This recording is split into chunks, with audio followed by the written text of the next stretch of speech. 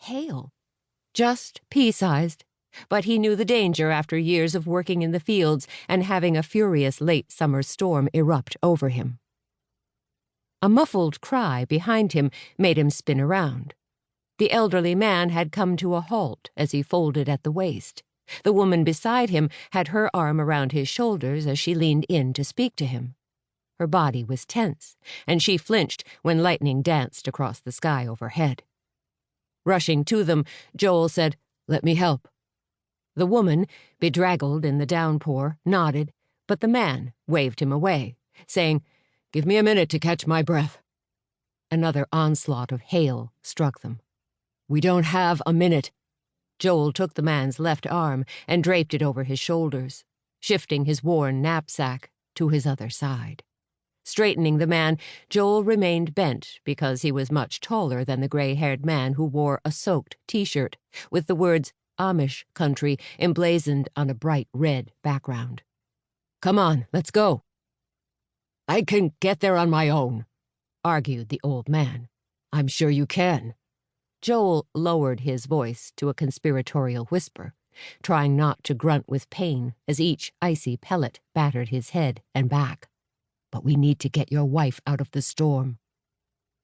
He'd found the right words, because the gray-haired man nodded and began shuffling forward. The man's wife reached for his other arm, but Joel shook his head. If the old guy realized he needed help more than she did, he might refuse to cooperate. Assisting them to the porch, Joel urged them up the steps and toward the door. He was about to follow when the wife exclaimed she'd left her purse in the middle of the street. "Go inside," he ordered. "I'll get it, no problem." As if in reply to his boast, the wind rose, rattling tree branches against each other. Twigs fell from the lone tree in front of the shop, cracking on the sidewalk and littering the road. Somewhere in the distance, the faint cry of a siren was distorted with the storm. He couldn't tell if it was a fire truck or an ambulance or a cop car. Hoping it was as far away as it sounded, he ran toward the woman's purse. He scooped it up and turned, his foot sliding on the wet asphalt. Pain riveted his right ankle as he pivoted. Great. Now both feet would complain while he tried to get a ride once the storm had passed. He winced, but didn't slow as more bolts split the sky. The siren sounded closer in the wake of the thunder. Ducking his head against a gust of wind, he ran toward the front porch. His hope that he'd found shelter vanished as soon as he jumped up on it, not bothering to go around to the steps. Rain and wind continued to batter him and tried to pull his knapsack off his shoulder. Even beneath the porch roof, he might as well have been standing in a bathroom shower with the water turned up to max.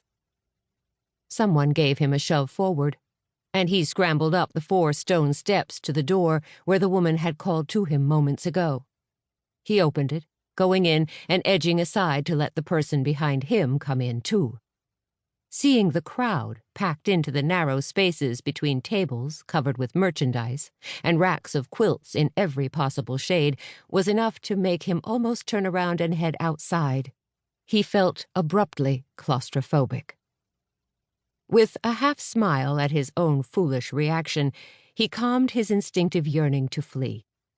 He'd had plenty of experience with fighting the need to escape from a confined area with too many people. Through hard lessons, he'd learned to hold his elbows in tight to his body and make himself as small as possible. A challenge for a man who was more than 6 feet tall, in order to avoid bumping into one of the volatile prisoners, who was looking for any excuse to start a fight. Being raised Amish had put him at a distinct disadvantage when confronted by someone who'd used his fists his whole life to get what he wanted, or to prove a point. But he was out of prison. After almost 6 long, long years, he was out. No more mornings of waking up and looking out at a wall topped by razor wire. No more hearing shouts born more of frustration and boredom than anger. No more smells of too many bodies crammed into too small a space.